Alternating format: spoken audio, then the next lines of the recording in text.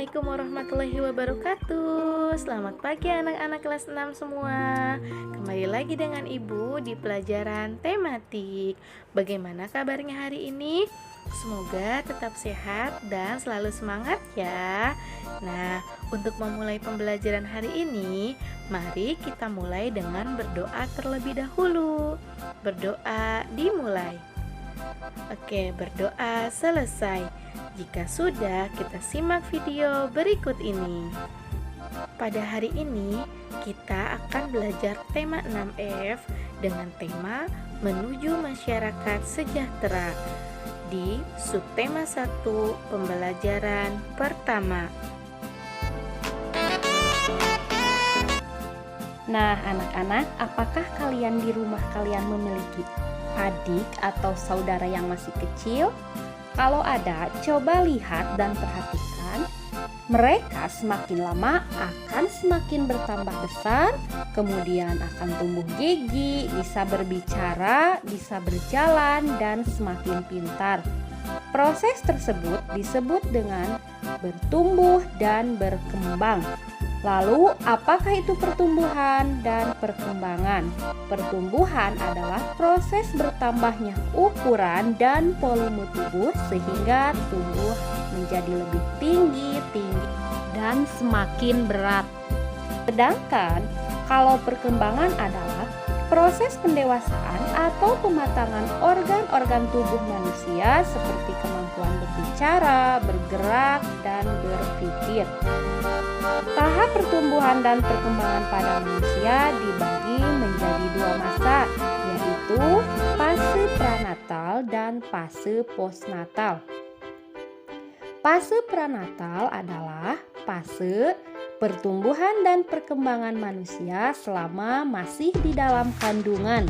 Sedangkan fase postnatal adalah pertumbuhan dan perkembangan manusia selama di luar kandungan atau setelah dilahirkan sampai tutup usia. Nah, tahap pertumbuhan dan perkembangan pada manusia pada fase pranatal diawali dari sel sperma menembus sel telur. Kemudian terjadilah pembuahan dan terbentuklah zigot.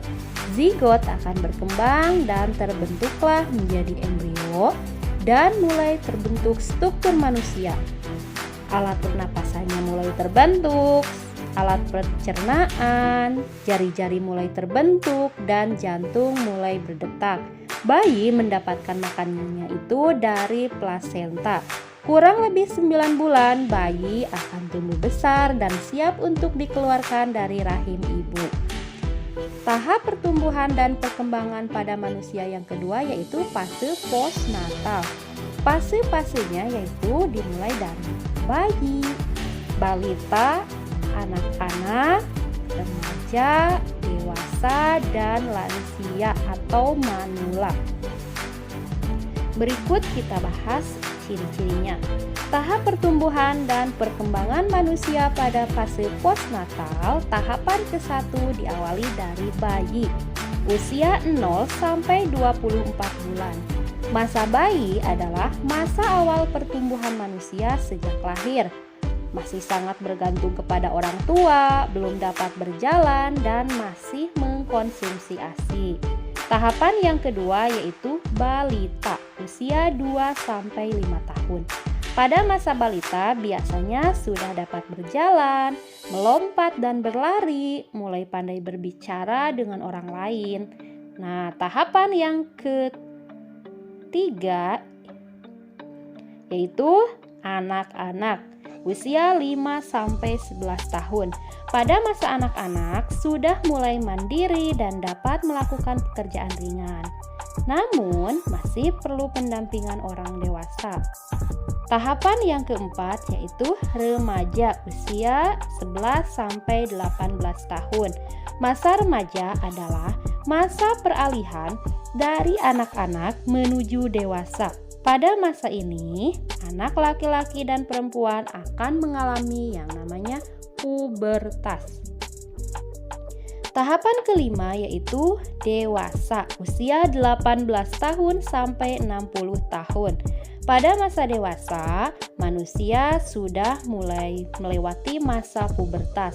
Manusia dewasa biasanya sudah dianggap mampu berpikir secara matang, sudah mulai berkeluarga dan memiliki keturunan. Tahapan yang keenam yaitu lansia. Usia 60 tahun sampai tutup usia, di mana lansia ini merupakan singkatan dari lanjut usia. Pada masa ini, manusia akan mulai beruban, kulitnya berkeriput, massa otot dan tulangnya akan menurun, penglihatan dan pendengaran akan berkurang. Tahapan-tahapan pertumbuhan dan perkembangan pada manusia sudah kita pelajari. Kemudian, dari 6 tahapan tersebut ada salah satu tahapan yang akan dibahas tuntas, yaitu pada tahapan remaja atau sering disebut masa pubertas. Apa itu masa pubertas? Masa pubertas adalah masa ketika seorang anak mengalami perubahan fisik, pola pikir, dan organ reproduksinya sudah mulai berfungsi. Perubahan tersebut dipengaruhi oleh hormon di dalam tubuh. Hormon merupakan zat yang dihasilkan oleh tubuh untuk mengendalikan proses-proses tertentu di dalam tubuh. Masa pubertas anak perempuan biasanya lebih cepat dibanding anak laki-laki. Masa pubertas anak perempuan biasanya diawali dari usia 9 tahun, sedangkan laki-laki diawali dari 10 tahun. Pembahasan berikutnya yaitu masa pubertas pada remaja. Pada masa pubertas, tubuh seorang anak akan berubah. Perubahan tersebut meliputi perubahan primer dan sekunder. Lalu, apa yang dimaksud dengan perubahan primer? Perubahan primer adalah perubahan yang terjadi di dalam tubuh manusia. Sedangkan perubahan sekunder adalah perubahan fisik yang tampak pada tubuh manusia. Berikut ciri-ciri masa pubertas anak laki-laki. Pada anak laki-laki, masa pubertas akan ditandai dengan beberapa perubahan. Yang pertama, ada perubahan primer dan perubahan sekunder. Perubahan yang terjadi pada anak laki-laki, perubahan primer itu yaitu terjadinya pematangan organ reproduksi yang ditandai dengan dihasilkannya spermatozoa oleh testis. Misalnya, salah satu contohnya ketika awal masa pubertas, laki-laki akan mengalami mimpi basah. Apa itu mimpi basah? Mimpi basah adalah masa di mana sel kelamin jantan atau spermatozoa pertama kali dihasilkan. Nah, itu merupakan ciri perubahan primer pada anak laki-laki yang diawali dengan awal masa pubertas. Yang kedua, ada perubahan sekunder. Apa itu perubahan sekunder? Ingat, perubahan sekunder tadi perubahan fisik yang tampak pada tubuh. Pada anak laki-laki akan ditandai perubahan sekunder. Di antaranya yang pertama, tumbuh jakun pada tenggorokan, tumbuh rambut pada bagian-bagian tertentu misalnya pada ketiak, tumbuh kumis, dan tumbuh rambut di sekitar kemaluan.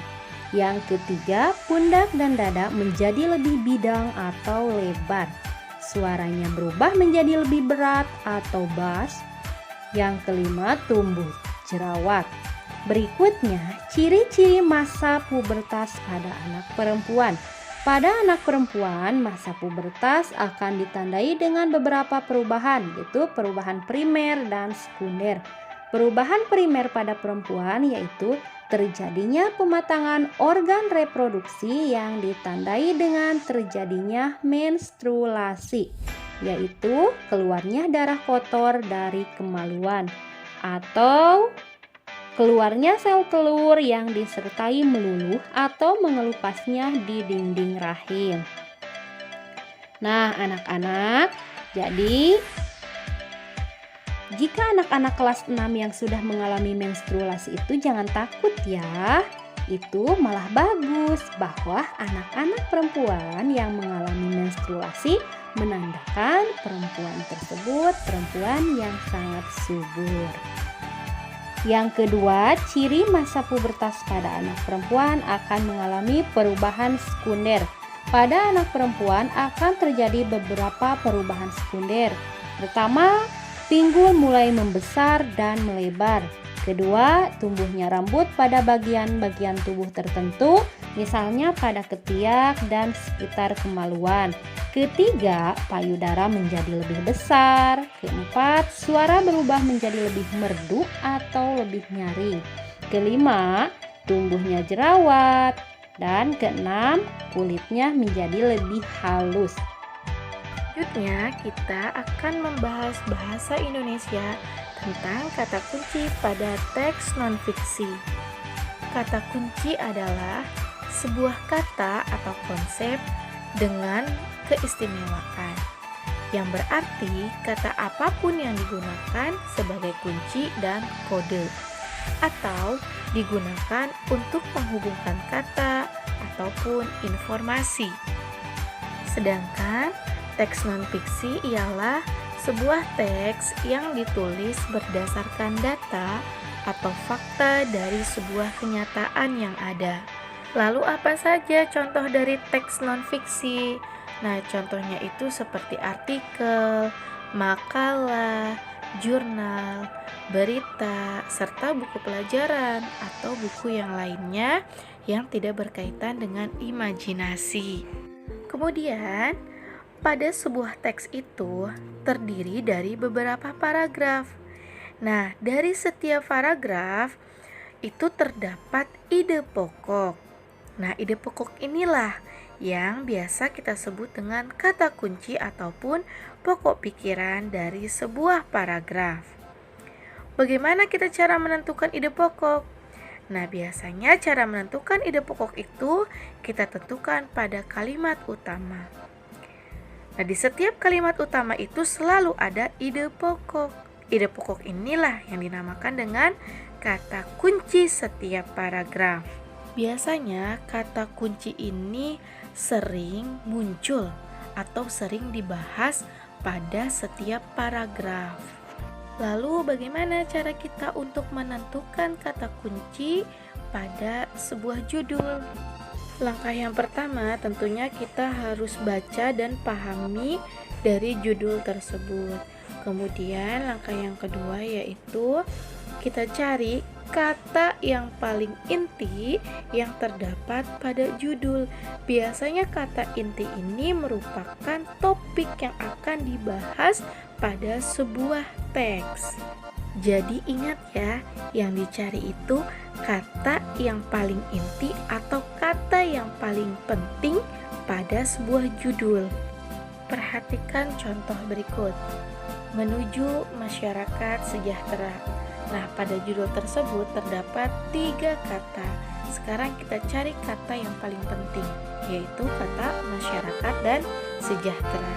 Nah, jika kita gabungkan berarti kata penting pada judul tersebut adalah masyarakat sejahtera. Jika sudah ketemu kata kunci pada judul tersebut, bisa kita kembangkan menjadi ciri-ciri masyarakat sejahtera, contoh masyarakat sejahtera, dampak masyarakat sejahtera, dan lain sebagainya. Berarti nanti dalam teksnya itu akan dibahas tentang ketiga ini, yaitu ciri-ciri, contoh, dan dampak dari masyarakat sejahtera.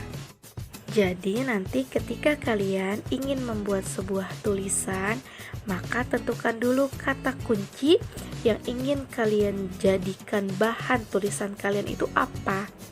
Lalu susun menjadi judul. Nah, nanti dari judul tersebut kalian kembangkan apa saja yang mau kalian bahas dari kata kunci tersebut. Proklamasi.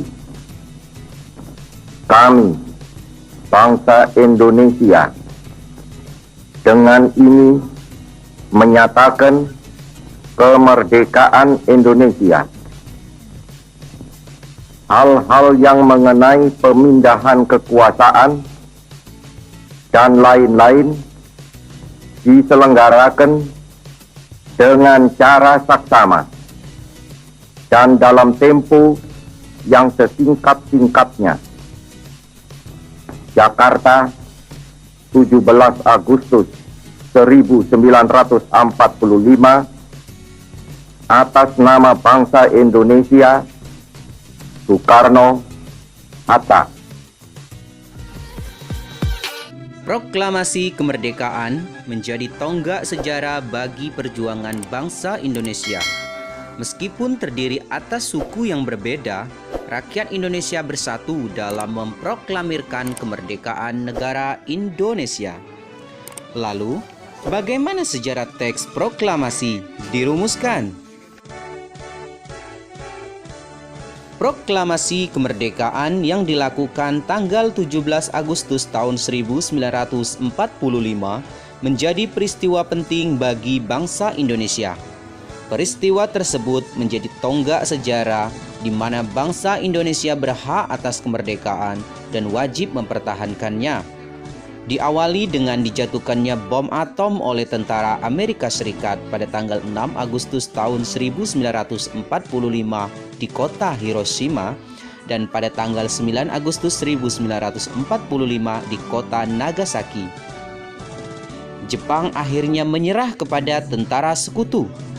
Peristiwa ini dijadikan kesempatan oleh bangsa Indonesia untuk segera membebaskan diri dari penjajahan Jepang. Teks proklamasi ditulis di rumah Laksamana Tadashi Maeda di Jalan Imam Bonjol nomor 1. Para penyusun teks proklamasi adalah Insinyur Soekarno, Dr. Andes Muhammad Hatta, dan Mr. Ahmad Subarjo. Konsep teks proklamasi ditulis oleh Insinyur Soekarno. Saat itu hadir pula BM Dia, Sayuti Melik, Sukarni, dan Sudiro. Sukarni mengusulkan agar yang menandatangani teks proklamasi itu adalah Insinyur Soekarno dan Muhammad Hatta atas nama bangsa Indonesia. Teks proklamasi diketik oleh Sayuti Melik.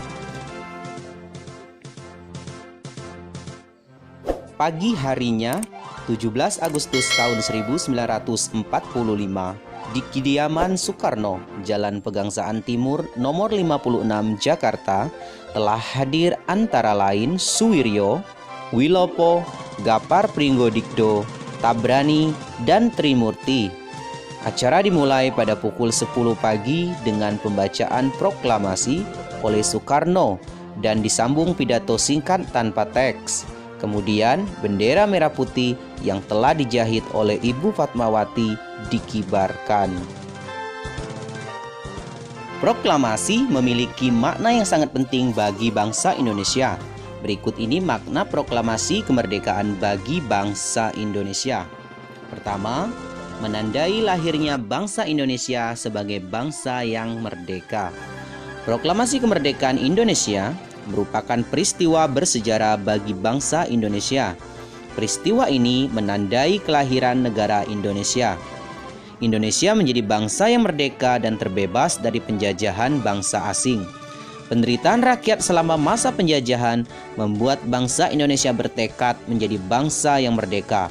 Kemerdekaan merupakan hak semua bangsa. Oleh sebab itu, seluruh rakyat Indonesia berjuang untuk meraih kemerdekaan. Peristiwa proklamasi kemerdekaan pada tanggal 17 Agustus 1945 sebagai pernyataan atas kemerdekaan bangsa Indonesia. Yang kedua, puncak perjuangan bangsa Indonesia meraih kemerdekaan. Bangsa Indonesia dijajah bangsa asing sangat lama. Perjuangan melepaskan diri dari penjajahan ini sudah berlangsung sejak lama. Para pejuang dari berbagai daerah, tua dan muda, silih berganti mengangkat senjata mengusir penjajah. Namun, upaya mereka masih belum berhasil karena perjuangan masih bersifat kedaerahan dan terpecah-pecah. Setelah peristiwa Sumpah Pemuda tahun 1928, barulah para pejuang bersatu padu memperjuangkan kemerdekaan Indonesia. Saat itu tiba ketika Jepang kalah dari sekutu pada Perang Dunia Kedua. Indonesia yang pada waktu itu menjadi jajahan Jepang mengalami kekosongan kekuasaan. Terjadi perbedaan pendapat antara para pemuda dan golongan tua. Para pemuda mendesak Insinyur Soekarno dan Muhammad Hatta segera memproklamasikan kemerdekaan. Sementara itu, golongan tua tidak mau tergesa-gesa memproklamasikan kemerdekaan. Karena khawatir terjadi pertumpahan darah rakyat Indonesia, akhirnya golongan muda dan golongan tua bersatu bersepakat memproklamasikan kemerdekaan Indonesia. 3. Pengakuan dunia luar. Sebelum peristiwa proklamasi kemerdekaan, Indonesia dikenal sebagai negara jajahan bangsa asing seperti Portugis, Spanyol, Belanda, Inggris, dan Jepang. Pembacaan teks proklamasi kemerdekaan oleh Soekarno menjadi pengumuman kepada dunia bahwa Indonesia telah merdeka dan sejajar dengan negara lain sebagai bangsa yang berdaulat. Keadaan ini diikuti dengan pengakuan dari negara lain. Negara pertama yang mengakui kemerdekaan Indonesia adalah Mesir. Pengakuan kemerdekaan Indonesia kemudian diikuti oleh Suriah, Irak, Lebanon, Yaman, Saudi Arabia, dan Afghanistan. Keempat, bukti bahwa Indonesia merupakan bangsa yang mandiri. Jepang memang menjanjikan kemerdekaan bagi bangsa Indonesia, namun para pemuda menginginkan proklamasi kemerdekaan tidak dicampuri oleh Jepang. Pemuda ingin menunjukkan bahwa kemerdekaan Indonesia merupakan murni hasil perjuangan bangsa Indonesia. Kemerdekaan Indonesia bukan hasil dari pemberian bangsa asing. Proklamasi kemerdekaan Indonesia membuktikan keberhasilan bangsa Indonesia dalam mengusir penjajah. Kelima, landasan untuk bersikap terhadap dunia. Selama bertahun-tahun bangsa Indonesia dijajah oleh bangsa asing. Bangsa Indonesia harus patuh terhadap kebijakan bangsa asing kala itu. Setelah proklamasi kemerdekaan, bangsa Indonesia menjadi bangsa yang merdeka dan bebas untuk menentukan sikap terhadap dunia. Tidak ada lagi bangsa asing yang dapat memaksakan kehendaknya kepada bangsa Indonesia. Bahkan bangsa Indonesia menjadi penggagas kemerdekaan bangsa-bangsa di Asia Afrika melalui Konferensi Asia Afrika tahun 1955. Selain itu, Indonesia aktif memelihara perdamaian dunia melalui pembentukan gerakan non-blok ketika Perang Dingin berlangsung. Perang Dingin adalah perang tidak langsung antara blok Barat yang dipimpin Amerika Serikat dan blok Timur yang dipimpin oleh Uni Soviet. Indonesia dengan gerakan non-blok memilih netral, tidak memihak pihak manapun. Kita harus memaknai proklamasi kemerdekaan dalam kehidupan sehari-hari. Makna proklamasi Indonesia dalam kehidupan sehari-hari antara lain, di lingkungan rumah kita dapat saling menghormati dan menghargai antar anggota keluarga. Kemudian, bangga memakai barang buatan dalam negeri, mengerjakan kegiatan bersama-sama anggota keluarga, mengembangkan hidup rukun dalam keluarga, serta kita juga dapat melakukan dengan cara rajin membantu orang tua. Sementara untuk di lingkungan sekolah, hal-hal yang dapat kita lakukan, mengisi kemerdekaan dengan giat belajar, mengikuti upacara bendera dengan tertib dan hikmat, mengamalkan Undang-Undang Dasar 1945 untuk mengenang perjuangan para tokoh dalam merumuskan Undang-Undang Dasar. Yang keempat, kita dapat mengikuti kegiatan pramuka di sekolah, serta toleransi dengan teman yang berbeda suku dan agama. Sedangkan di lingkungan masyarakat, hal-hal yang dapat kita lakukan yaitu kerja bersama dalam mempersiapkan peringatan proklamasi kemerdekaan Indonesia, bersatu menjaga kerukunan bangsa, mengembangkan sikap saling menghormati dan menghargai antar masyarakat Indonesia, mendukung pemerintah dalam melaksanakan pembangunan nasional, serta kita dapat menerapkannya dengan cara mengutamakan kepentingan bersama daripada kepentingan pribadi.